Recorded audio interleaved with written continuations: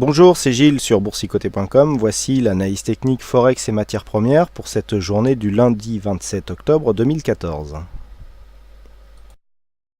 Donc nous commençons cette analyse avec la paire de devises euro-dollar, donc qui s'inscrit dans une phase de stabilisation après avoir marqué ici un mouvement haussier. Eh bien les cours se stabilisent entre ces deux zones majeures, à savoir la zone des 1,2834 et la zone ici des 1,2645. Donc pour le moment, nous sommes vraiment dans une belle phase de stabilisation avec des points bas ici qui sont bien alignés et des points hauts qui ont provoqué des multiples tests ici sur cette zone horizontale. Donc on a ici une stabilisation du mouvement qui apporte une phase de sortie de la dynamique, dans un premier temps, la dynamique moyen terme qui est fortement baissière.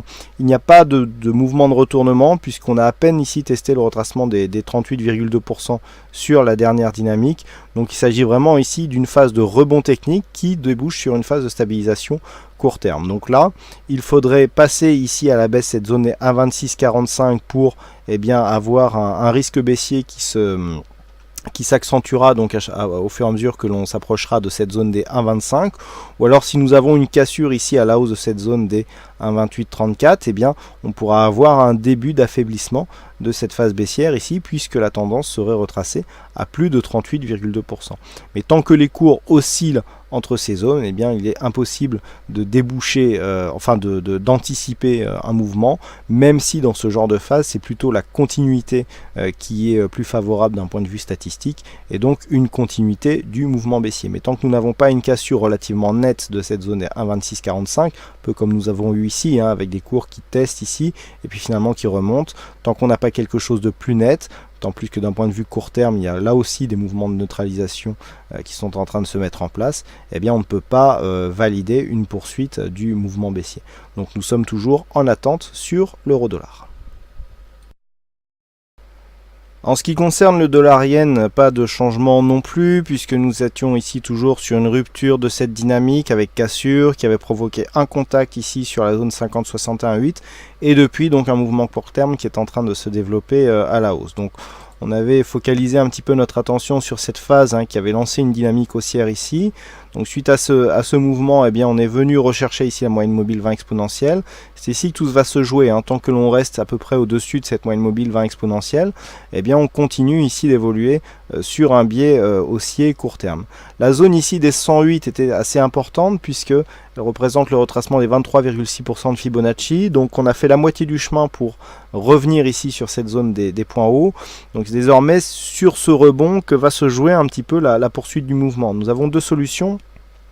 Soit ici on casse, on vient rechercher ici la zone des 106,84, on la casse et dans ce cas là on s'inscrit dans un mouvement baissier puisque nous aurons une succession de points hauts qui sera descendante. Soit on vient ici rebondir sur cette zone et on continue à évoluer à la hausse, et dans ce cas là on pourra être dans une poursuite de mouvement moyen terme puisque nous sommes ici dans un mouvement haussier qui ne retrace que dans la zone 50,61,8. Donc si on revient ici sur les 110, on a potentiellement la possibilité d'avoir un dépassement de cette zone et donc un signal de poursuite de ce mouvement qui a été impulsé ici par cette dynamique. Donc bien surveiller ici ce croisement avec cette moyenne mobile. Le signal de toute façon d'invalidation de la poursuite de ce mouvement moyen terme, c'est tout simplement la cassure baissière de cette zone des 104,79 puisqu'il s'agit du retracement à 61,8% de Fibonacci. Naturellement, si les cours remontent et viennent tester ici cette zone, il faudra vraiment attendre une cassure de cette zone horizontale pour vraiment valider la continuité du mouvement haussier. Et enfin sur l'or, nous avons là aussi un mouvement de stabilisation, puisqu'après ici avoir marqué un point bas sur une zone majeure, les cours ont rebondi, on est venu chercher là aussi la zone 50,61,8, on voit d'ailleurs qu'on a à peine testé ici cette zone des 50%, avant de redescendre sur une zone médiane, zone à 1228 $ l'once, sur laquelle les cours se reposent actuellement.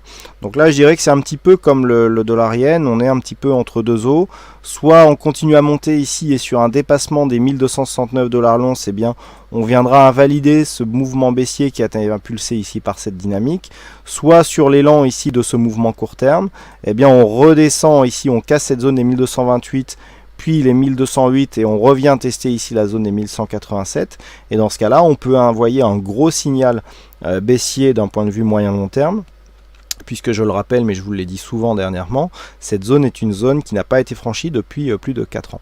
Donc là encore une fois, difficile de dire vers où le mouvement va aller.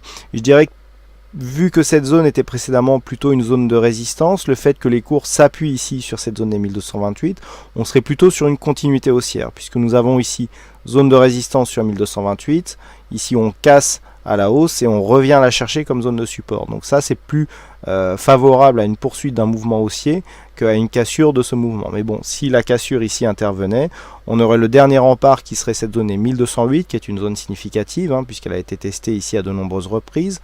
Elle a été cassée, donc on est venu chercher le plus bas. Résistance, on l'a cassée, on l'a retrouvée comme support. Donc là pour l'instant c'est une zone de support. Donc si on casse ici 1228, rien n'est encore perdu pour la poursuite de la baisse du métal jaune. Il y a encore cette zone des 1208 qui peut impulser des mouvements de retournement court terme. Mais pour l'instant nous sommes sur 1228, a priori cette zone tient, en tout cas elle a tenu toute la journée et elle a déjà tenu vendredi. Donc pour l'instant, eh bien, tant qu'on ne casse pas cette zone, on est plutôt favorable ici à une poursuite du mouvement haussier. Voilà donc ce que nous pouvons dire sur cette analyse technique Forex et matières premières. Il ne me reste plus qu'à vous souhaiter à toutes et à tous une bonne soirée, bonne chance dans vos prochains trades et on se retrouve donc dès demain pour d'autres analyses techniques sur le site boursicoté.com. Bonne soirée à tous.